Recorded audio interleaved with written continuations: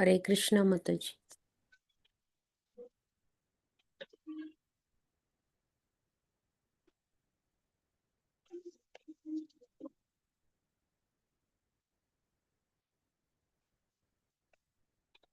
हरे कृष्णा माँ।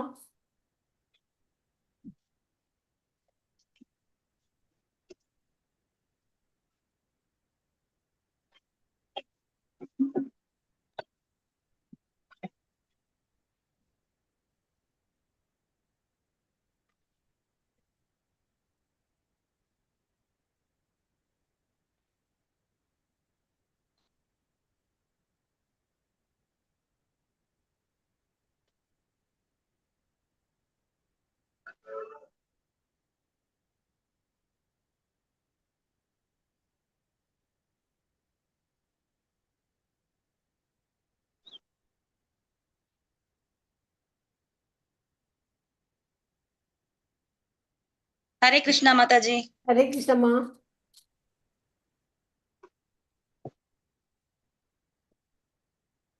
हरे कृष्णा எல்லாருக்கும் அன்பான மாலை வணக்கங்கள். हरे कृष्णा माता जी। हरे कृष्णा माता जी। हरे कृष्णा. சரி, எல்லாருக்கும் அன்பான மாலை வணக்கங்கள். பிரேயரோட கிளாஸ் ஸ்டார்ட் பண்ணலாம். நாம ஓம் விஷ்ணுபாத மறுபடியும்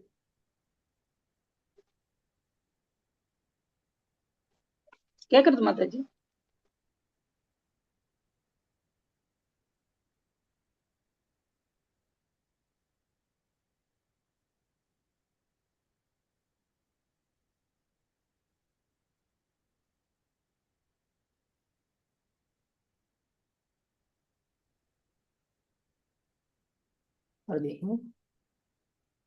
नम ओम विष्णुपादाय कृष्ण कृष्णाय भूतले श्रीमदि भक्ति वेदांत स्वामिनीति नामिने नमस्ते सरस्वती देवी गौरवाणी प्रचारिणे निर्विशेष शून्यवादी पाश्चात्य देशतारिणे कृष्णाय वासुदेवाय देवकी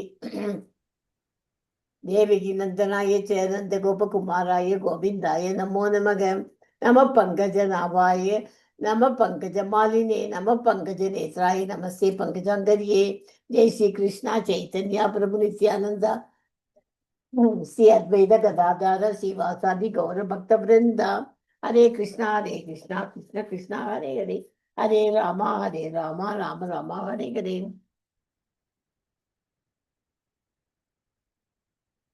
ओम नमो भगवते वासुदेवाय। ओम नमो भगवते वासुदेवाय। ओम नमो भगवते वासुदेवाय। ओम अज्ञानतिमिरान्धस्य ज्ञानाञ्जन शलाकाय चक्षुरुन्मीलितं येन तस्मै श्री गुरुवे नमः. हरे कृष्ण माताजी प्रभुजी. இன்னைக்கு நம்ம வந்து டெக்ஸ்ட் ஆஃப் டிவோஷன்ஸ்ல என்ஓடியில் 13th சாப்டர் படிக்க போகிறோம்.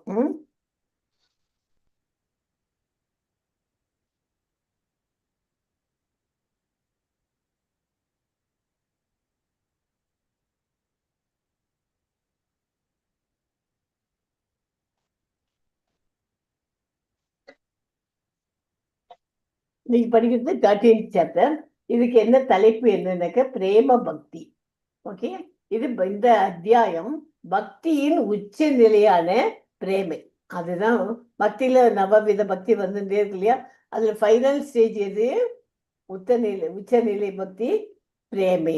அதை பத்தி தான் விவரமா படிக்க போறோம். ஓகே, பிரேமை என்பது கிருஷ்ணரிடம் எந்த சுயநலமும் இல்லாத தூய அன்பு. பகவான்கிட்ட நம்ம எந்த விதமான எதிர்பார்ப்பும் இல்லாத அவர்கிட்ட ஒரு அன்பா பிரியமா இருக்கிறது.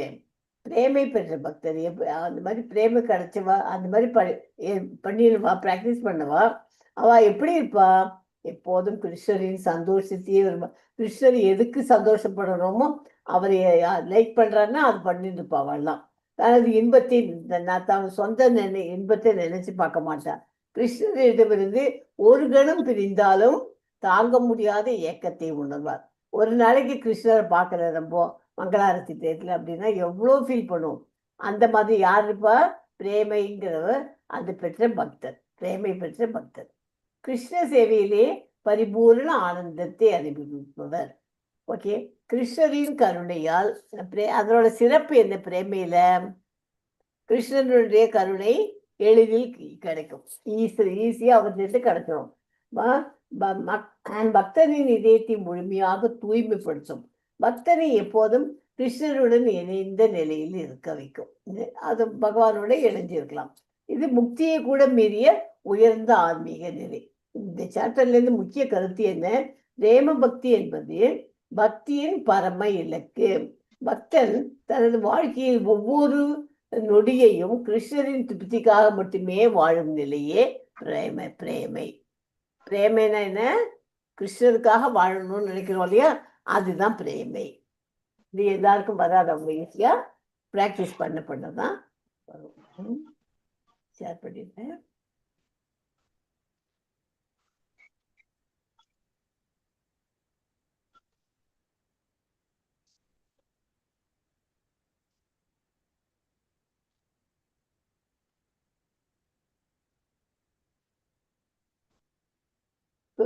பக்தி இன்னைக்கு சாப்டர் 13 பக்தி தொண்டின் 5 வலிமை மிக்க வடிவங்கள். ஓகே, என்னென்ன 5?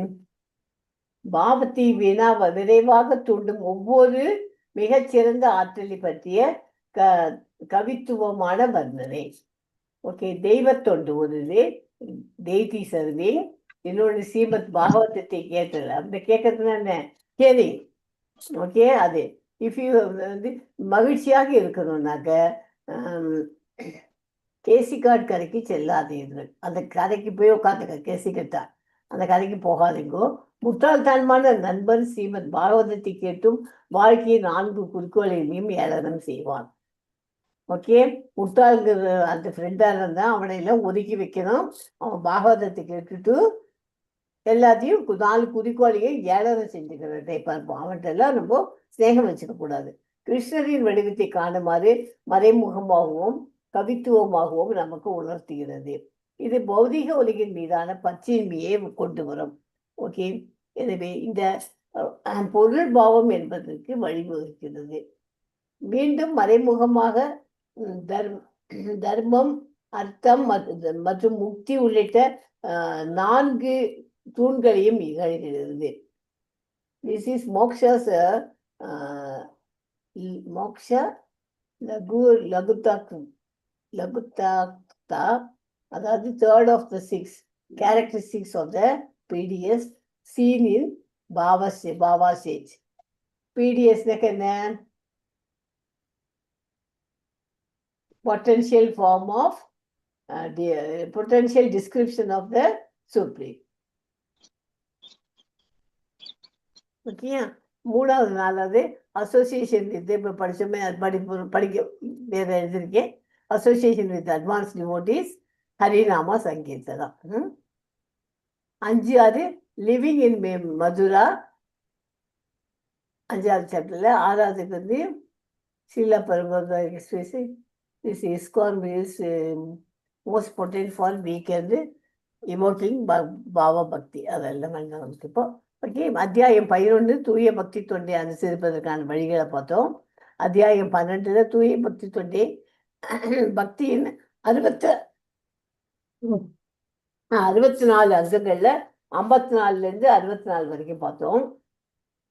அத்தியாயம் 13 பக்தி தொண்டின் மிகச்சிறந்த 5 வழிமுறைகள், அதாவது 64 வம்சங்கள் குறித்த விளக்கத்தை இந்த அத்தியாயம் நிறைவு செய்கிறது. முந்தைய அத்தியாயத்தில் விவரிக்கப்பட்ட பக்தி தொண்டின் மிகச்சிறந்த 5 வடிவங்களை செய்வதால் ஏற்படும் அற்புதமான பலன்களை இது விரிவாக எடுத்துரைப்பதோடு பக்தியின் அங்கங்களாக தவறாக கருதப்படும் சில அம்சங்களை குறித்தும் விவாதிக்க தொடங்குகிறது. ஓகே, ஸோ இது படிச்சாக்க ஒரு ஐடியா கிடைக்கும். ஸோ இது 13வது சாப்டர்ல என்ன பார்க்க போறோம்? 5 டைப் ஆஃப் வழிமுறைகள் பக்தி தொண்டுல. ஓகே, எஸ் மாதாஜி படிங்கோ, இது படிங்கோ. அத்தியாயம் 13 பக்தி தொண்டின் 5 ஆற்றல் மிகு வடிவங்கள். ஸ்ரீல ரூப கோஸ்வாமி 5 வகையான பக்தி செயல்கள்: மதுராவில் வசிப்பது, பகவானின் திருமூர்த்தத்தை வழிபடுவது, ஸ்ரீமத் பாகவதம் ஓதுவது, ஒரு பக்தருக்கு சேவை செய்வது, ஹரே கிருஷ்ணா மந்திரத்தை உச்சரிப்பது போன்றவை ஆற்றல் மிக்கவை என்றும், இவற்றுள் ஏதேனும் ஒன்றன் மீது வைக்கும் சிறிதளவு பற்று கூட ஒரு புதிய பக்தனிடம் பக்தி ஆனந்தத்தினை எழுப்பிவிடும். பகவானின் வடிவத்தை அல்லது திருமூர்த்தத்தை வழிபடுவதை பற்றி ரூப கோஸ்வாமி பின்வரும் ஸ்லோகம் ஒன்றினை இயற்றியுள்ளார். அன்பு நண்பனே, நீ இன்னும் இந்த உலகில் உனது நண்பர்களுடன் உறவாடி மகிழ விரும்புகிறாய் என்றால் கேசி காட் என்னும் விருந்தாவனத்தில் உள்ள ஒரு நீராடும் துறையின் கரையில் நின்று கொண்டிருக்கும் கிருஷ்ணரின் வடிவத்தை உற்று நோக்காதே. அவரே கோவிந்தன் ஆவார். அவரது விழிகள் அழகானவை. அவர் புல்லாங்குழல் இசைத்துக் கொண்டிருப்பார். அவரது தலையில் அழகான மயிலிறகு இருக்கும். அவரது உடல் முழுதும் நில ஒளியால் ஒளிர்ந்து கொண்டிருக்கும். இப்பாடலின் பொருள் என்னவென்றால், யாரேனும் ஒருவன் தனது வீட்டில் வைத்து வழிபடுவதன் மூலம் ஸ்ரீமூர்த்தி அல்லது கிருஷ்ணரின் திருமூர்த்தத்தின் மீது பற்றுடையவனாக மாறினான் என்றால், பின்னர் அவன் நட்பு, காதல், சமுதாயம் என்பவற்றின் மீதான தனது உறவுகளை மறந்து விடுவான். அதனால் ஒவ்வொரு இல்லத்தானுக்கும் பகவானின் திருமூர்த்தங்களை தனது வீட்டில் வைத்து தனது குடும்பத்தினருடன் வழிபடுவது கடமையாகும். இது கேளிக்கை கூடம், திரைப்படம், கூத்து நடைபெறும் இடங்களுக்கு செல்லுதல், புகைப்பிடித்தல், மது அருந்துதல் போன்ற தேவையற்ற செயல்களிலிருந்து அனைவரையும் காக்கும். வீட்டில் திருமூர்த்தங்களை வைத்து வழிபடுவதை ஒருவன் வலியுறுத்தினான் என்றால் இது போன்ற மதியீன செயல்கள் எல்லாம் மறக்கடிக்கப்படும். ஸ்ரீல ரூப கோஸ்வாமி மேலும் பாடுகிறார், எனது முட்டாள் நண்பனே, கர்ம பலன்களை நாடுதல், பொருளாதார வளர்ச்சி, முக்தி போன்றவை எள்ளி நகையாடும் புனித நூலான ஸ்ரீமத் பாகவதத்தின் சில ஸ்லோகங்களை நீ ஏற்கனவே கேட்டிருப்பாய் என்று நான் கருதுகிறேன். ஸ்ரீமத் பாகவதத்தின் 10ஆம் காண்டத்தில் உள்ள பகவானின் லீலைகளை பற்றி விளக்கும் ஸ்லோகங்கள் படிப்படியாக உனது செவி வழியே புகுந்து உனது இதயத்தில் இறங்குவது உறுதி என்று இப்போது நான் கருதுகிறேன். ஸ்ரீமத் பாகவதத்தின் ஆரம்பத்தில் கர்ம பலன்களையும் பொருளாதார வளர்ச்சியையும் முக்தி அடைதலையும் ஒருவன் குப்பையாக கருதி தூர எரியாத வரையில் அவனால் ஸ்ரீமத் பாகவதத்தை புரிந்து கொள்ள முடியாது என்று கூறப்பட்டிருக்கிறது. பாகவதம் சிறப்பாக பக்தி தொண்டினை பற்றி பேசுகிறது. பற்றற்ற மனதினனாக ஸ்ரீமத் பாகவதத்தை படிக்கும் ஒருவனாலேயே பகவானின் லீலைகளை விவரிக்கும் 10ஆம் காண்டத்தை புரிந்து கொள்ள முடியும். அதாவது ஸ்ரீமத் பாகவதத்தின் மீது உள்ளார்ந்த ஈடுபாடு வராமல் ராசலீலை போன்றவற்றை விவரிக்கும் 10ஆம் காண்டத்தினை ஒருவன் புரிந்து கொள்ள முயலக்கூடாது. ஸ்ரீமத் பாகவதத்தை உள்ளபடியே சுவைப்பதற்கு முன்பு ஒருவன் தூய பக்தி தொண்டில் நிலை பெற வேண்டும். ஸ்ரீல ரூப கோஸ்வாமியின் மேற்படி 2 ஸ்லோகங்களிலும் மறைமுகமாக சமுதாய தொடர்பு, நட்பு, காதல் போன்றவற்றை கண்டிக்கும் வஞ்ச புகழ்ச்சிகள் உள்ளன. பொதுவாக மக்கள் சமுதாயம், நட்பு, காதல் மீது ஈடுபாடுடையவர்கள். இத்தகு மாசுக்களை வளர்ப்பதற்கு அவர்கள் விரிவான ஏற்பாடுகளையும் பெரும் முயற்சிகளையும் செய்கின்றனர். ஆனால் ராதா மற்றும் கிருஷ்ணரின் ஸ்ரீமூர்த்திகளை தரிசிப்பதால் இது போன்ற உலகியல் தொடர்புகள் மறக்கடிக்கப்படுகின்றன.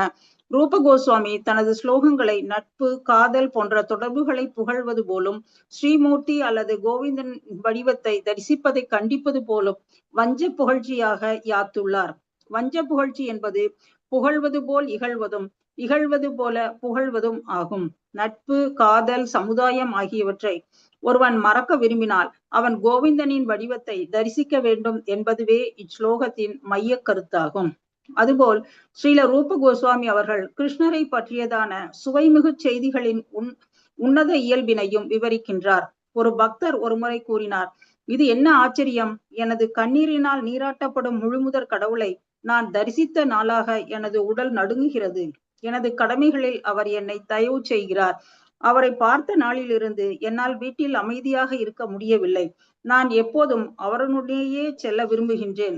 அதாவது ஒரு தூய பக்தனுடன் ஒருவர் தொடர்ந்து கொள்ளும் பாக்கியம் பெற்றவுடன் அவன் கிருஷ்ணரை பற்றி கேட்பதிலும் கிருஷ்ணரை பற்றி அறிவதிலும் ஆர்வமுடையவனாக இருத்தல் வேண்டும். அதாவது அவன் முற்றிலும் கிருஷ்ண உணர்வுடையவனாதல் வேண்டும் என்பதாகும். அதுபோல் மகா மந்திரத்தை கேட்பது மற்றும் ஓதுவது பற்றி பின்வருமாறு கூறப்படுகின்றது. கிருஷ்ணரின் கீர்த்திகளை எப்போதும் இசைத்துக் கொண்டிருக்கும் நாரதரின் கையில் உள்ள வீணையின் நாதத்தினை முனிவர்களால் மட்டுமே கேட்க முடியும். இப்போது அதே ஒளி எனது செவியினுள் புகுவதால் நான் எப்போதும் முழுமுதற் கடவுளின் தரிசனத்தையே காண்கின்றேன். படிப்படியாக உலக இன்பத்தின் மீது எனக்கிருந்த பற்றுதல்கள் எல்லாம் தொலைந்து போயின. மீண்டும் ஸ்ரீல ரூப கோஸ்வாமி மதுரா மண்டலத்தை பற்றி விவரிக்கின்றார். யமுனை நதிக்கரையில் கடம்ப மரங்களுக்கு மத்தியில் நின்று கொண்டிருக்கும் பகவானின் எழில் கோலத்தை நான் நினைவு கூறுகிறேன். அங்கேயுள்ள நந்தவனங்களில் பறவைகளின் கீச்சொலி எப்போதும் கேட்டுக்கொண்டே இருக்கும். இந்த நினைவுகள் எல்லாம் எனக்கு எப்போதும் அழகு மற்றும் ஆனந்தத்தின் உன்னத உணர்வுகளை அளித்து கொண்டே இருக்கின்றன. ரூப கோஸ்வாமியால் விவரிக்கப்படும் மதுரா மண்டலம் மற்றும் விருந்தாவனம் பற்றிய உணர்ச்சிகளை உண்மையில் அபக்தர்களாக கூட உணர முடியும். யமுனை நதியின் கரையில் 84 சதுர மைல் பரப்பளவுடன் மிகவும் அழகாக மதுரா மாவட்டம் அமைந்துள்ளது.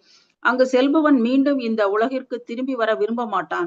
மதுரா மற்றும் விருந்தாவனத்தை பற்றிய ரூப கோஸ்வாமியின் கூற்றுக்கள் உண்மையில் உணர்ந்து கூறப்பட்டவையாகும்.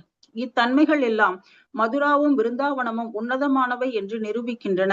இல்லையேல் இவ்விடங்களில் நமது உன்னத உணர்வுகளை எழுப்புவதற்கு சாத்தியம் இராது. மதுரா அல்லது விருந்தாவனத்திற்கு செல்லும் ஒருவனிடம் இந்த உன்னத உணர்வுகள் தாமதமின்றி உடனடியாக எழும்புகின்றன. பக்தி தொண்டு பற்றிய இக்கூற்றுகளில் இருந்து அதன் பயன்கள் மிகைப்பட உள்ளதாக தோன்றலாம். உண்மை அது அல்ல. எல்லோருக்கும் இது சாத்தியமில்லை எனினும் சில புனித நூல்களிலிருந்து சில பக்தர்கள் இது போன்ற தொடர்பினால் உடனடி பயன் பெற்றனர் என்று தெரிகின்றது. உதாரணமாக, குமாரர்கள் கோவிலில் உள்ள நறுமணத்தினை முகர்ந்ததால் உடனே பக்தர்களாக மாறினர். பில்வமங்கல தாக்கூர் கிருஷ்ணரை பற்றி கேட்ட மாத்திரத்தில் தனது அழகிய காதலியை துறந்து மதுராபுரிக்கு விருந்தாவனத்திற்கும் சென்று அங்கு நிறைவான வைணவராக ஆனார். இவையெல்லாம் அபரிமிதமானவையும் அல்ல, கதைகளும் அல்ல. இவை உண்மை நிகழ்ச்சிகளே. ஆயினும் இது சில குறிப்பிட்ட பக்தர்களுக்கு சாத்தியமாகுமே என்று அனைவருக்கும் அல்ல. இக்கூற்றுகள் மிகைப்பட இருந்த போதிலும் நமது கவனத்தை கன நேரத்தில் மறைந்து போகும் உலக அழகிலிருந்து கிருஷ்ண உணர்வின் நித்திய அழகிற்கு மாற்றுவதற்காக அவற்றை அப்படியே ஏற்றுக்கொள்ள வேண்டும். கிருஷ்ண உணர்வுடன் ஏற்கனவே தொடர்புடைய ஒருவனுக்கு மேலே விவரிக்கப்பட்டுள்ள விளைவுகள் வழக்கத்திற்கு மாறானவை அன்று. சாதிய மற்றும் ஆசிரமத்திற்குரிய விதிகளை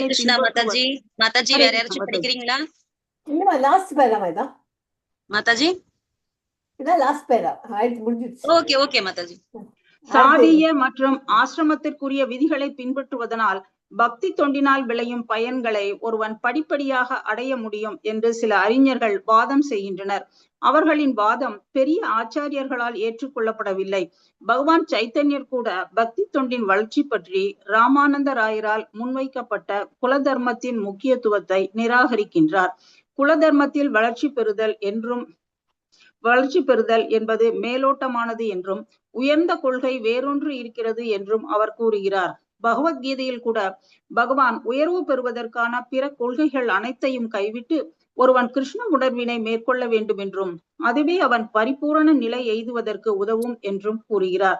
ஸ்ரீமத் பாகவதம் 11ஆம் காண்டம் 20ஆம் அத்தியாயம் 9வது ஸ்லோகத்தில் பகவான் கூறுகிறார், எனது உன்னத லீலைகள் மற்றும் செயல்களை பற்றி கேட்பதில் ஒருவனுக்கு உள்ளபூர்வமான பற்று இல்லாதவரை அவன் குல தர்மங்களை நிறைவேற்ற வேண்டும்.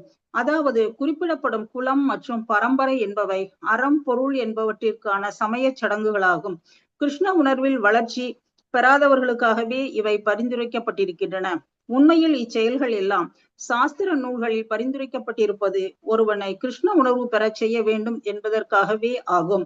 ஆனால் கிருஷ்ணர் மீது ஏற்கனவே பற்றுடையவனாக இருந்தான் என்றால் சாஸ்திரங்களில் கூறப்பட்டுள்ள கடமைகளை அவன் செய்ய வேண்டிய தேவை இல்லை. ஹரே கிருஷ்ணா. தேங்க்யூ மாதாஜி. ஹரே கிருஷ்ணா.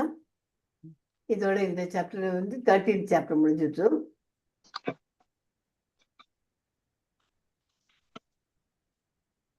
நம்ம என்ன பண்ணலாம், இப்போ 14th சாப்டர் பார்க்கலாம்.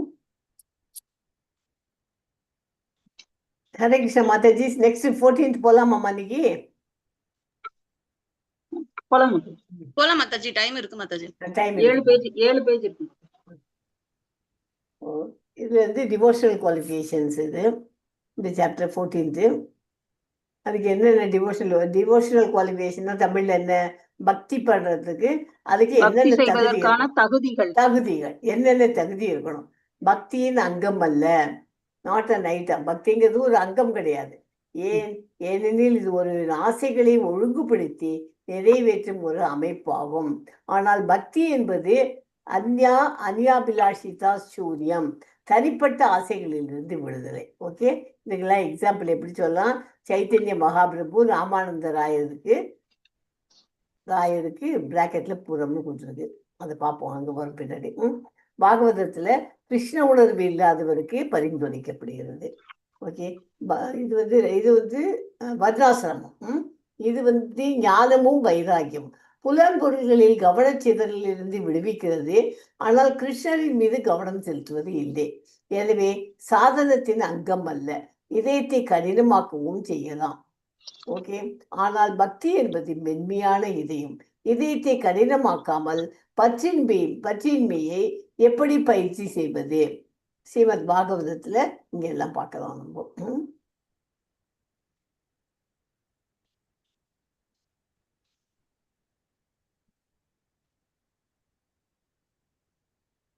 ஓகே, அதுக்கு வர்ணாசிரமம், ரெண்டாவது வந்து ஞானம் வைராக்கியம், மூணாவது வந்து யுத்த வைராக்கியம். இறைவனுக்கு தொண்டுக்காக ஏற்கிறார், தனிப்பட்ட புலன் இன்பத்திற்காக அல்ல. கிருஷ்ணருடன் தொடர்புடையது என்பதால் ஏற்கிறார், பற்றின்றி ஏற்கிறார். கிருஷ்ணருக்கு படைப்பதன் மூலம் தூய்மையாகிறது. எக்ஸாம்பிள், சுவையான உணவுகளை கிருஷ்ணருக்கு படைத்து தம் புலன்களையும் நிறைவு செய்கிறார். கிருஷ்ணர் விரும்புவதை நாம் சுயேட்சையாக உருவாக்க முடியாது. எனவே கிருஷ்ணரின் பிரதிநிதியிடமிருந்து ஏற்க வேண்டும். இது யுக்த வைராக்கியம். அடுத்தது ஃபல்கு வைராக்கியம். ஃபல்கு வைராக்கியம்னா என்ன? நிராகரித்தல். கிருஷ்ணரின் தொண்டுக்கு பயன்படுத்தக்கூடிய பொருள்களின் செயற்கையான தொலைவு பக்திக்கு தீங்கு செய்கிறது. தட்டச்சு பொறிகள், ஒலிவாங்கிகள், விமானங்கள் முதலியவற்றை நாம் பயன்படுத்தலாம். ஏனெனில் கிருஷ்ணருக்குரிய பொருள்கள் அவரின் தொண்டிலேயே பயன்படுத்த வேண்டும். அடுத்தது செல்வமும் பின்தொடர்பவர்களும். அதுல தானம் செய்வது பக்தி தொண்டு. ஆனால் அந்த செல்வத்தின் பிந்தைய பயன்பாடு அவரின் பக்தி தொண்டு அல்ல. ரெண்டாலும் ஈர்க்கப்பட்டாலும் அவரின் பக்தி தொண்டு தளரும். ஓகே, இது வந்து புனித குணங்கள், அஹிம்சை, சத்தியம், பிரம்மச்சரியம். கிருஷ்ண பிரேமியை நேரடியாக உண்டாக்காது, மாறாக கிருஷ்ண பிரேமியையே இவற்றை உண்டாக்குகிறது. எக்ஸாம்பிள், சைவ உணவு உண்பவர்கள் பக்தர்கள் என்பதில்லை, ஆனால் பக்தர்கள் தானாகவே சைவ உணவு உண்பவர்கள்.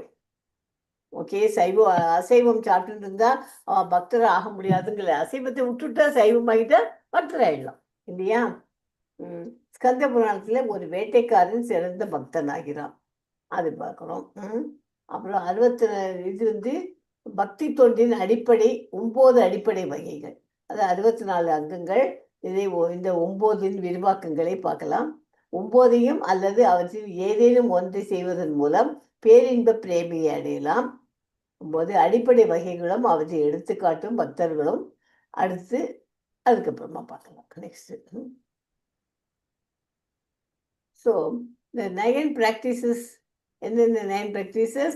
ஹியரிங், கேட்டல், நாம உச்சரிப்பு, நினைவு கூறுதல், பிரார்த்தித்தல், இறைவனின் தாமரை பாதங்களை வழிபடுதல், விக்கிரக வழிபாடு, தொண்டு புரிதல், நட்பு, முழுமையாக சரணாகதி. ஓகே, 9 சேர்த்து எக்ஸாம்பிள், 9 சேர்த்து யார்கிட்ட பார்க்கலாம்? எக்ஸாம்பிள் என்னன்னு சொல்லலாம்? அம்பரீஷ் மகாராஜாட்ட இந்த 9 பாயிண்ட்டும் கிடைக்கும். கேட்கறது மாத்திரம் யாருக்கு சொல்லலாம்?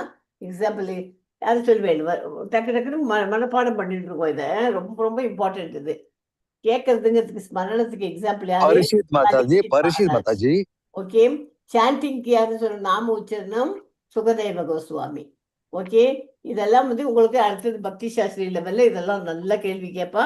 அப்போ அதனால இதெல்லாம் தெரிஞ்சு வச்சிருக்கோம். நினைவு கூறுதல் பிரகலாத மகாராஜ். ஓகே, பிரேயிங், பிரார்த்தித்தல் அக்ரூவர். இறைவனின் தாமரை பாதங்களை வழிபடுதல் லக்ஷ்மி தேவி. விக்கிரக வழிபாடு பிருத்திமராஜ். நம்ம இந்த பக்தியில படிச்சுக்கலையா? அதேதான். ஓகே, தொண்டு புரிதல் அனுமான். நட்பு அர்ஜுனன். முழுமையான சரணாகதி பலி மகாராஜ். இந்த 9 பாயிண்ட் இருக்கிற ஒரே ஒரு ஆளியான்னு சொல்லலாம். 9ம் அம்பரீஷ் மகாராஜா. எல்லாருக்கும் தெரியும் இல்லையா அம்பரீஷ் மகாராஜா கதை? தெரியும் இல்லையா? தெரியும் மாதாஜி. எஸ் மாதாஜி. இப்ப படிக்க சொல்லுங்க பானு மாதாஜி. இப்ப யாராவது படிக்க சொல்லுங்க. ஓகே மாதாஜி. மாதாஜி சுபமலர் மாதாஜி படிக்கிறீங்களா? படிக்கிறேன் மாதாஜி. ஹரே கிருஷ்ணா. ஹரே கிருஷ்ணா. பக்திக்கான தகுதிகள். ஞானம் பக்தி செய்வதற்கான தகுதிகள். ஞானம் மற்றும் துறவு எனும் இவை இரண்டும் பக்தி தொண்டில் ஒருவன் முன்னேறுவதற்கு முக்கியமானவை என்று அறிஞர்கள் பரிந்துரை செய்கின்றனர். ஆனால் இது உண்மையன்று. கிருஷ்ண உணர்வில் கால் பதிப்பதற்கு ஆதாரணமாக ஆரம்பத்தில் ஞானமும் துறவும் ஏற்றுக்கொள்ளப்படுகின்றன. ஆனால் இறுதியில் அவையும் நிராகரிக்கப்படுகின்றன. பக்தி தொண்டானது அத்தொண்டினை செய்வதற்கான உணர்வு அல்லது விருப்பத்தை சார்ந்திருக்கின்றது. ஒழுக்கத்தை தவிர அதற்கு வேறொன்றும் தேவையில்லை. மன யூகம் மற்றும் யோகாசனத்தின் செயற்கை பயிற்சிகள் உலக மாசிலிருந்து விடுதலை பெறுவதற்கு சாதகமானவை என்று தேர்ந்த பக்தர்கள் கருதுகின்றனர். ஆனால் அவையும் ஒருவன் மனதினை மேலும் மேலும் கடினமாக்குகின்றன. பக்தி தொண்டில் வளர்ச்சி பெற அவை ஒருபோதும் உதவுவதில்லை. ஆகையால் இவ்வழிமுறைகள் பகவானின் உன்னத அன்பு தொண்டில் ஈடுபடுவதற்கு சாதகமானவை அன்று. கிருஷ்ண உணர்வு எனும் பக்தி தொண்டே உண்மையில் பக்தி வாழ்வில் வளர்ச்சி பெறுவதற்கான ஒரே வழிமுறையாகும். பக்தி தொண்டு மனதுக்கு நிறைவு தருவது இருக்கும் அனைத்தின் காரணமும் பயனாகவும் இருப்பவர் முழுமுதற் கடவுள் ஒருவரே. பரிபூரணமான அவரை அணுகுவதற்கு பரிபூரணமாக பக்தி தொண்டே மேற்கொள்ளப்பட வேண்டும். இது பகவத்கீதையில் பகவானால் இவ்வாறு உறுதி செய்யப்படுகின்றது. பக்தி தொண்டின் மூலமே ஒருவனால் என்னை அறிந்து கொள்ள முடியும். கீதோபதேசத்தின் ஆரம்பத்தில் பகவான் அர்ஜுனனிடம் கூறுகிறார், நீ எனது பக்தன் ஆதலால் இந்த ரகசியத்தை நான் உனக்கு எடுத்துரைப்பேன் என்று. வேதஞானம் என்பது இறுதியில் பரமபுருஷ பகவானை அறிவதாகும். பக்தி தொண்டு என்பது இறை உலகில் நுழைவதற்குரிய வழிமுறையாகும். இது ஆதாரபூர்வமான சாஸ்திரங்கள் அனைத்தினாலும் ஏற்றுக்கொள்ளப்பட்டு இருக்கின்றது. மன யூகிகள் பக்தி தொண்டு வழிமுறையை புறக்கணிக்கின்றனர். அவர்கள் தத்துவ ஆராய்ச்சியில் மற்றவர்களை தோற்கடிக்க முயற்சிப்பதால் பக்தி தொண்டின் ஆனந்தத்தில் வளர்ச்சி பெற தவறுகின்றனர். ஸ்ரீமத் பாகவதம் 11ஆம் காண்டம் 20ஆம் அத்தியாயம் 31வது ஸ்லோகத்தில் கிருஷ்ணர் கூறுகிறார், அன்பிற்குரிய உத்தவனே, எனது தொண்டில் உளப்பூர்வமாக ஈடுபட்டிருப்பவர்களுக்கு தத்துவார்த்த யுகமும் செயற்கை துறவும் பயனளிப்பதில்லை. ஒருவன் எனது பக்தனாகும் பொழுது அவன் உலக இன்பத்தை துறப்பதினால் உண்டாகும் பயன்களை தானே எய்த பெறுவதோடு முழு மெய்ப்பொருளை அறிவதற்கு தேவையான ஞானமும் பெறுகிறான். பக்தி தொண்டில் வளர்ச்சி பெறுவதால் உண்டாகும் பயன் இதுவே ஆகும். ஒரு பக்தன் இருளில் இருக்க மாட்டான். ஏனென்றால் பகவான் அவனுக்கு தனி கருணை புரிந்து அவனது அகத்திலிருந்து அவனை ஒளிபெற செய்கிறார். ஸ்ரீமத் பாகவதம் 11ஆம் காண்டம் 20ஆம் அத்தியாயம் 32-33வது ஸ்லோகத்தில் பகவான் உத்தவரிடம் மேலும் கூறுகிறார், அன்பு நண்பனே, பலன் தரும் செயல்கள், தவங்கள், தத்துவ ஞானம், துறவு, யோக சித்தி, தானம் போன்ற புண்ணிய செயல்களினால் உண்டாகும் பயன்கள் எனது அன்பு தொண்டில் பற்று வைத்திருக்கும் எனது பக்தர்கள் தாமே எய்தப் பெறுகின்றனர். இப்பக்தர்கள் தொண்டினை தவிர வேறு எதையும் விரும்புவதில்லை. எனவே எனது பக்தன் சொர்க்கத்துக்கு செல்வது போன்ற பௌதீக நன்மையை வேண்டினாலும் அல்லது வைகுண்டத்திற்கு செல்வது போன்ற ஆன்மீக நன்மையை வேண்டினாலும் எனது காரணமற்ற கருணையினால் அவனது ஆசைகள் அனைத்தும் மிக எளிதாக நிறைவேற்றப்படும். உண்மையில் கிருஷ்ண உணர்வில் வளர்ந்து கொண்டிருக்கும் ஒருவனிடம் உலக இன்பத்தின் மீது பற்று இருந்ததென்றால் தேர்ந்த ஆன்மீக குருவின் உபதேசத்தின் கீழ் தொடர்ந்து செய்யப்படும் பக்தி தொண்டினால் அவன் தனது மனப்பான்மையிலிருந்து விரைவில் விடுபடுவான். ஸ்ரீல ரூப கோஸ்வாமி ஒருவன் புலன் இன்பத்தில் பற்று வைத்தல் கூடாது என்றும் மாறாக கிருஷ்ணருடன் தொடர்புடையதெல்லாம் இன்பம் அளிப்பதுமே என்று ஏற்றுக்கொள்ள வேண்டும் என்றும் பரிந்துரைக்கிறார். சான்றாக உண்பது என்பது அத்தியாவசியமான ஒன்றாகும். ஒருவன் தனது நாவின் சுவையை திருப்திப்படுத்துவதற்காக ருசியான உணவுகளை விரும்புகிறான். ஆகவே விஷயத்தில் ஒருவன் தனது நாவின் திருப்திக்காக அல்லாது கிருஷ்ணரின் திருப்திக்காக சுவையான உணவுகள் தயாரித்து அவற்றை அவருக்கு அர்ப்பணிக்க வேண்டும். இதுவே பற்றின்மையாகும். சுவையான உணவுகள் தயாரிக்கப்பட்டு அவை கிருஷ்ணருக்காக அர்ப்பணிக்கப்படவில்லை என்றால் அவற்றை ஒருவன் உண்ணக்கூடாது. கிருஷ்ணருக்கு அர்ப்பணிக்கப்படாத எதையும் ஏற்றுக்கொள்ளாது புறக்கணிப்பதே உண்மையான துறவாகும். இத்துறவினால் ஒருவன் தனது புலன்களின் தேவைகளை திருப்திப்படுத்தும் திறனுடையவன் ஆகிறான். எல்லாவற்றையும் உலகியல் என்று தவிர்க்க முயலும் அருவவாதிகள் கடுமையான தவங்களை மேற்கொள்ளலாம். ஆனால் அவர்கள் பகவானுக்கு தொண்டு செய்யும் வாய்ப்பினை இழந்து விடுகின்றனர். ஆகவே அவர்களின் துறவு நிறைவு பெறுவதற்கு போதுமானதன்று. பக்தி தொண்டுடன் தொடர்பில்லாத செயற்கை துறவினை பின்பற்றி அருவவாதிகள் மீண்டும் கீழே விழுந்து மாசடைந்ததற்கு ஏராளமான எடுத்துக்காட்டுகள் உள்ளன. இன்னும் கூட பரம்பரையாக சந்நியாசிகள் அல்லது துறவிகளான பற்றின்மையாளர்கள் பலர் இருக்கின்றனர். அவர்கள் வெளியில் ஆன்மீக வாழ்க்கையை கூறுகின்றனர். இவ்வாறு அவர்கள் உலகை துரத்தல் என்றொரு செயற்கை நாடகம் ஆடுகின்றனர். எனினும் அவர்கள் பக்தி தொண்டின் முனையை எட்ட முடியாத காரணத்தினால் தங்கள் லட்சியத்தை அடைவதில்லை. அதனால் அவர்கள் மீண்டும் பொதுநல சேவை, அரசியல் கிளர்ச்சி என்னும் உலகியல் செயல்களுக்கே திரும்பி வருகின்றனர். உலகை பொய் என்று கூறிய துறவு பூண்டு மீண்டும் உலகிற்கே திரும்பி வந்த சந்நியாசிகளுக்கு ஏராளமான சான்றுகள் இருக்கின்றன. காரணம் அவர்கள் தங்கள் உண்மையான அடைக்கலத்தினை பகவானின் தாமரை திருவடிகள் இடத்தில் வேண்டி பெறாததே ஆகும். பகவானின் பக்தி தொண்டிற்கு ஹரே கிருஷ்ணா மாதாஜி. தேங்க்யூ மாதாஜி. தேங்க்யூ மாதாஜி. ராஜேஸ்வரி மாதாஜி படிக்கிறீங்களா மாதாஜி? ஹரே கிருஷ்ணா மாதாஜி. படிங்க மாதாஜி. ஹரே கிருஷ்ணா மாதாஜி. மாதாஜி அடுத்த பேராகிராஃப்ங்களா? பகவான் எல்லாவற்றையும் லாஸ்ட் பேராகிராஃப் மாதாஜி. பகவானின் பக்தி தொண்டுக்கு ஓகே மாதாஜி. ஹரே கிருஷ்ணா. பகவானின் பக்தி தொண்டிற்கு பயன்படக்கூடிய எதையும் ஒருவன் புரட்டக்கூடாது. பக்தி தொண்டின் ரகசியம் இதுவே ஆகும். கிருஷ்ண உணர்வு மற்றும் பக்தி தொண்டில் வளர்ச்சி பெறுவதற்காக பயன்படும் எதையும் ஏற்றுக்கொள்ள வேண்டும். உதாரணமாக, நமது இன்றைய கிருஷ்ண பக்தி இயக்கம் வளர்ச்சி பெறுவதற்காக நாம் பல்வேறு இயந்திரங்களை பயன்படுத்துகின்றோம். அலை தட்டச்சு பொறிகள், ஒளிப்பதிவு கருவிகள், ஒளிப்பெருக்கிகள், வானூர்திகள் போன்றவை ஆகும். சில சமயம் மக்கள் பௌதீக நாகரிக வளர்ச்சியை கண்டிக்கும் நீங்கள் ஏன் உலகியல் பொருட்களை பயன்படுத்துகிறீர்கள் என்று கேட்கின்றனர். உண்மையில் நாம் அவ்வாறு கண்டிக்கவில்லை. மக்கள் எதையும் செய்தாலும் அதனை கிருஷ்ண உணர்வில் செய்ய வேண்டும் என்றுதான் நாம் சொல்கின்றோம். இது அடிப்படையில் தான் பகவத்கீதையில் பகவான் கிருஷ்ணர் அர்ஜுனனிடம் பக்தி தொண்டில் அவனது போர் திறமைகளை எல்லாம் பயன்படுத்தும்படி அறிவுறுத்தினார். அதுபோல நாங்களும் இந்த இயந்திரங்களை கிருஷ்ணரின் தொண்டுகளுக்காக பயன்படுத்துகின்றோம். கிருஷ்ணருக்கான இது போன்ற உணர்வில் அல்ல, கிருஷ்ண உணர்வின் அடிப்படையில் நாங்கள் எல்லாவற்றையும் ஏற்றுக்கொள்கின்றோம். கிருஷ்ண பக்தி இயக்கத்தின் வளர்ச்சிக்காக தட்டச்சு பொறி பயன்படும் என்றால் அதனை நாங்கள் ஏற்றுக்கொள்கின்றோம். அதுபோன்று தான் ஒளிப்பதிவு கருவியையும் அல்லது பிற கருவிகளோ பயன்படுத்த வேண்டும். கிருஷ்ணரே எல்லாம் என்பதே எங்கள் பார்வையாகும்.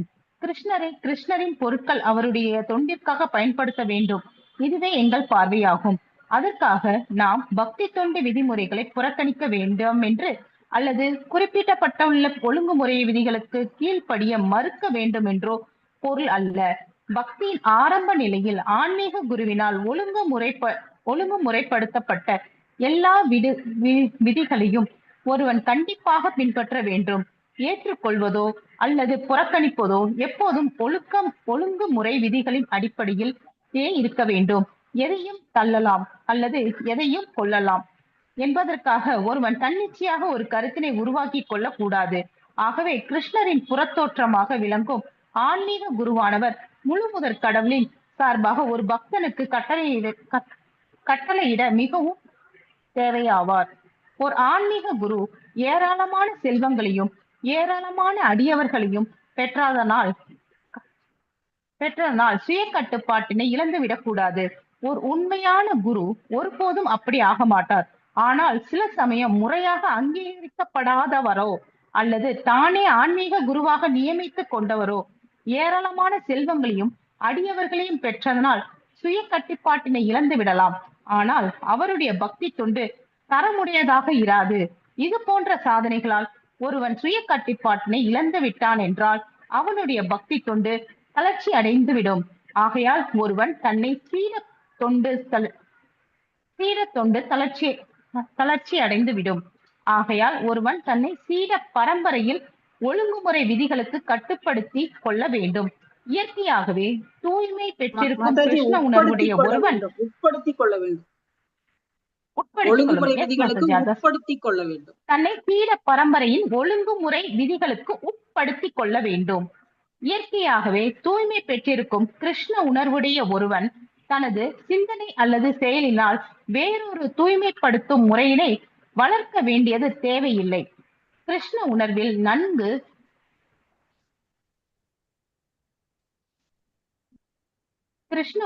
நன்கு வளர்ச்சி பெற்றிருப்பதால் அவன் எல்லா நற்குணங்களையும் ஏற்கனவே அடைய பெற்றிருப்பதோடு யோகாசனத்திற்காக குறிப்பிட்ட ஒழுங்குமுறை விதிகளையும் பின்பற்றுகின்றான். இது போன்ற ஒழுங்குமுறை விதிகள் பக்தர்கள் தாமாகவே பின்பற்றப்படுகின்றன. அகிம்சையே இதற்கு சிறந்த உதாரணமாக விளங்குவது ஆகும். இயற்கையிலேயே ஒரு பக்தன் அகிம்சாவாதி ஆவான். ஆகவே அவன் அகிம்சையை தனியே பயிற்சி செய்ய வேண்டியது தேவையில்லை. சிலர் சைவ உணவு இயக்கத்தின் மூலம் தூய்மையை நாடுகின்றனர். ஆனால் ஒரு பக்தன் இயற்கையிலேயே சைவ உணவு உண்பான் ஆவான். ஆகவே இது விஷயத்தில் அவன் தனியே பயிற்சி பெறவோ அல்லது சைவ உணவு இயக்கத்தில் உறுப்பினராவதோ தேவையில்லை. அவன் தானாகவே சைவனாகி விடுகிறான். ஹரே ஒரு கிருஷ்ணா பக்தன் Mataji. Hare okay Krishna Mataji, Mataji. Thank you Mataji. Okay Prabhuji Mataji, Hare படிக்கிறீங்களா கிருஷ்ணா பிரபுஜி? மாதாஜி. ஹரே கிருஷ்ணா மாதாஜி. ஹரே ஹரே கிருஷ்ணா கிருஷ்ணா பிரபுஜி மாதாஜி. படிக்கிறீங்களா? ஹரே கிருஷ்ணா மாதாஜி. படிங்க பிரபுஜி.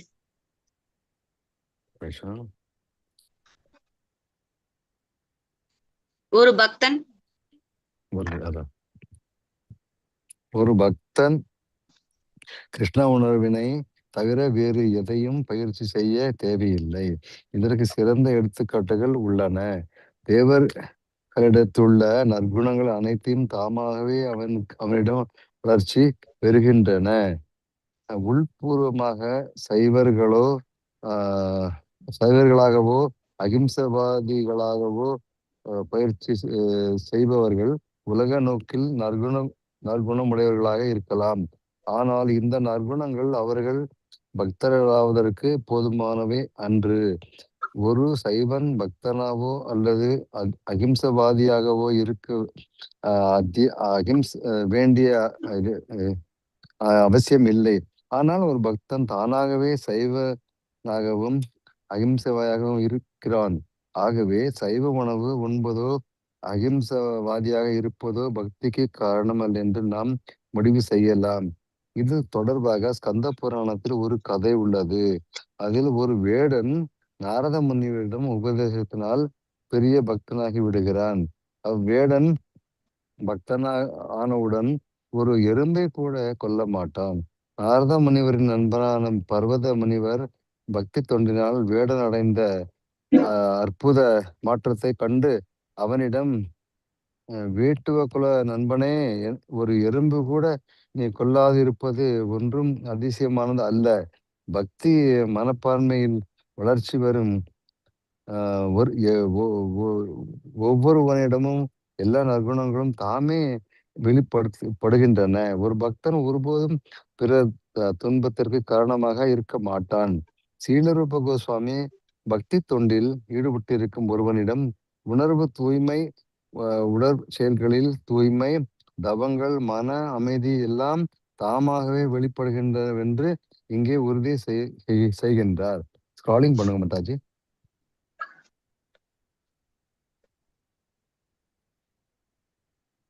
சீலரூப கோஸ்வாமி 9 வகையான பக்தி தொண்டுகள் உள்ளன என்றும்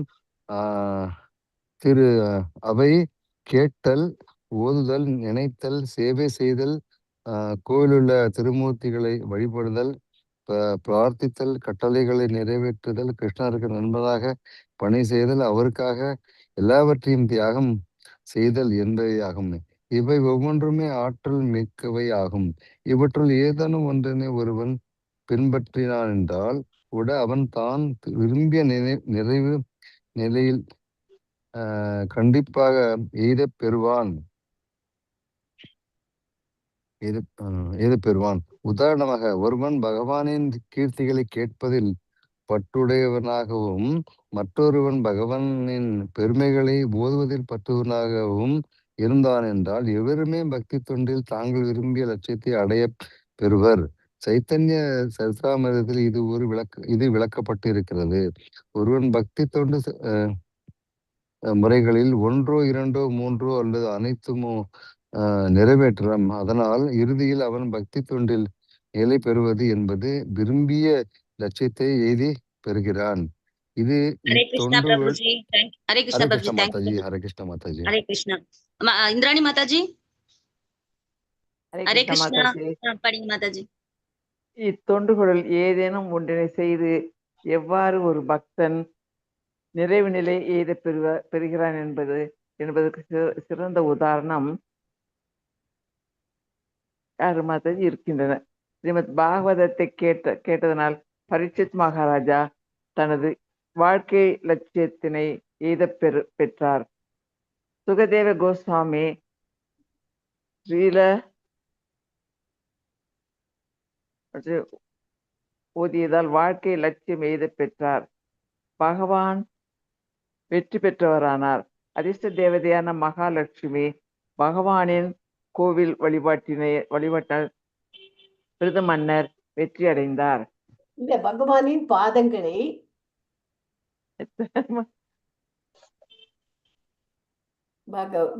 பகவானின் பாதங்களை பிடித்து விடுவதில் தன்னை ஈடுபடுத்தியதால் வெற்றி பெற்றார். கோயில் வழிபாட்டினால் கோவில் வழிபாட்டினால் பிருது மன்னர் வெற்றி அடைந்தார். பிரார்த்தனைகளை செய்ததால் ஹனுமான் வெற்றி பெற்றார். கிருஷ்ணரின் நண்பனாக இருந்ததால் கிருஷ்ணருக்கு பிரார்த்தனைகளை செய்தால் அக்ரூரர் வெற்றி பெற்றார். மாதாஜி சரியா தெரியல மாதாஜி, நம்ம எல்லாமா படிக்கலாம் பரவாயில்லையா? படிங்க மாதாஜி. பிரார்த்தனைகள் மூலம் அக்ரூரர் வெற்றி பெற்றார். மாதாஜி இல்லனா தங்கமணி மாதாஜி படிக்க சொல்லட்டுமா மாதாஜி? பகவான் ராமச்சந்திர மூர்த்திக்கு சரி மாதாஜி. முடிச்சிருங்க. பகவான் ராமச்சந்திர மூர்த்தி சேவை செய்ததால் ஹனுமான் வெற்றி பெற்றார். கிருஷ்ணன் நண்பனாக இருந்ததால் அர்ஜுனன் வெற்றி பெற்றான். பலி மகாராஜா தனது உடைமைகளை எல்லாம் கிருஷ்ணருக்கு அர்ப்பணித்ததால் வெற்றி பெற்றார். ஹரே கிருஷ்ண மாதாஜி. சாரி மாதாஜி. பரவாயில்ல மாதாஜி. இப்பல்வேறு முறைகள் அனைத்தையும் நிறைவேற்றிய பக்தர்களுக்கும் பல உதாரணங்கள் இருக்கின்றன. ஸ்ரீமத் பாகவதம் 9ஆம் காண்டம் 4ஆம் அத்தியாயம் 18, 19, 20வது ஸ்லோகங்களில் அம்பரீஷ மன்னரை பற்றிய ஒரு குறிப்பு காணப்படுகிறது. அதில் அவர் பக்தி தொண்டு முறைகள் அனைத்தையும் பின்பற்றியுள்ளார் என்று குறிப்பிடப்பட்டிருக்கின்றது. இச்ச்லோகங்களில் சுகதேவ கோஸ்வாமி கூறுகின்றார், முதலில் மன்னர் அம்பரீசர் தனது மனதினை பகவான் கிருஷ்ணரின் தாமரை திருவடிகளில் ஒருமுகப்படுத்தினார். அடுத்தடுத்து தனது சொல்லால் பகவானின் லீலைகளையும் செயல்களையும் எடுத்துரைத்தார். பகவானின் கோவிலை சுத்தம் செய்வதில் தனது கரங்களை ஈடுபடுத்தினார். பகவானின் திருப்புகழை கேட்பதில் தன் செவிகளை ஈடுபடுத்தினார்.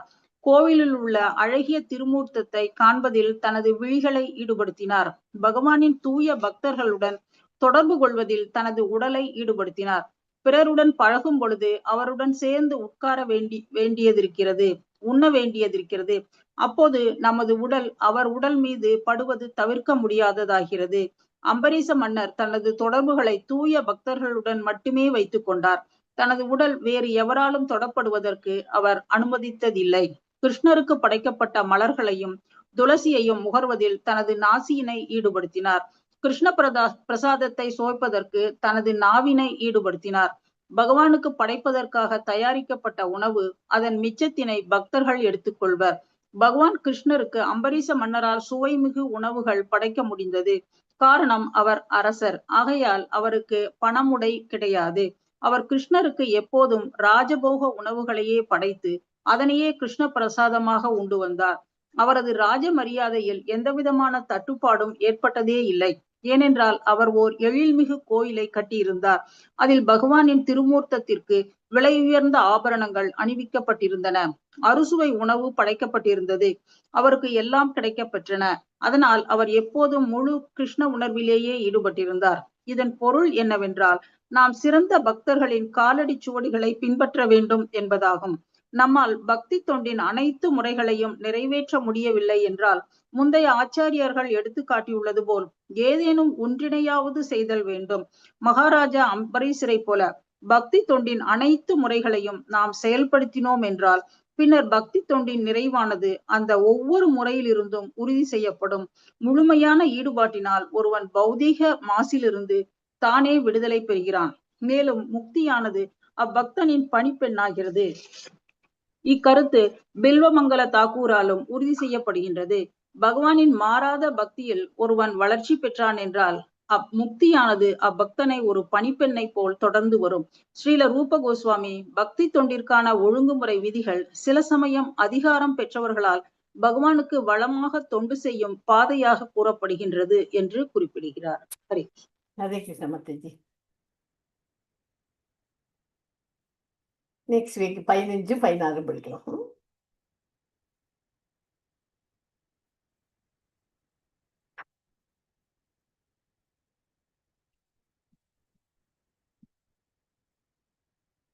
ஹரே கிருஷ்ண மாதாஜி. யார் போயிட்டாங்க? ஒருத்தங்க படிச்சுட்டு மாதப்பிரியா இந்த இருக்காங்க. ராஜேஸ்வரி மாதாஜி லிஃப்ட் ஆயிருக்காங்க மாதாஜி. ராஜேஸ்வரி மாதாஜி போயிட்டாங்க, இந்திராணி மாதாஜி போயிட்டாங்க. இந்திராணி மாதாஜி மாதாஜி இருக்காங்க மாதாஜி. ராஜேஸ்வரி மாதாஜி மட்டும் தான். Okay okay okay. மாதாஜி நான் இருக்கிறேன் மாதாஜி. சாரி சாரி மாதாஜி, தெரியல. சாரி. இல்ல பரவாயில்ல. பரவாயில்ல மாதாஜி. அது ரொம்ப மைனூட்டா எழுத்து ரொம்ப ஆமா, சின்னதா இருக்கா, அதனால எனக்கு correct, கொஞ்சம் correct. சிரமமாயிடுச்சு தங்கமணி மாதாஜி. மாதாஜியும் அப்படிதான். அவங்களுக்கும் படிக்க முடியாது. அவங்க கையில புக் இருக்கு மாதாஜி, புக்ல இருந்து படிக்கிறாங்க. அதான் அதனால நான் அவங்களுக்கு நெக்ஸ்ட் வீக்ல clear-ஆ புக் இருக்கும். கிடைக்கும். ஆமா. அது இல்லாம Thank you. டேப் வச்சிருக்கேன் மாதாஜி, அதுல கொஞ்சம் பெருசா தெரியுது. போன்ல ஓகே ஓகே டேப்ல வரும். எனக்கு டேப் தான் ஒர்க் ஆகல டேப்ல மாதாஜி. இருக்கு, அதனாலதான் லைவ் கொஞ்சம் ஆஃப் ஈஸியா பண்ணிட்டீங்களா மாதாஜி? மாதாஜி மாதாஜி. லைவ் லைவ் ஆஃப் பண்ணிட்டீங்களா? வாஞ்சாகல்பதரூபஸ்ய கிருபா சிந்துபியவச்ச பதிதானாம் பாவனேபியோ வைஷ்ணவேபியோ நமோ நமக. அனந்த கோடி வைஷ்ணவ விருந்திக்கு ஜெய். ஜெய். लीला प्रभुपादा की जय. जय. आचार्य हरिदास ठाकुर की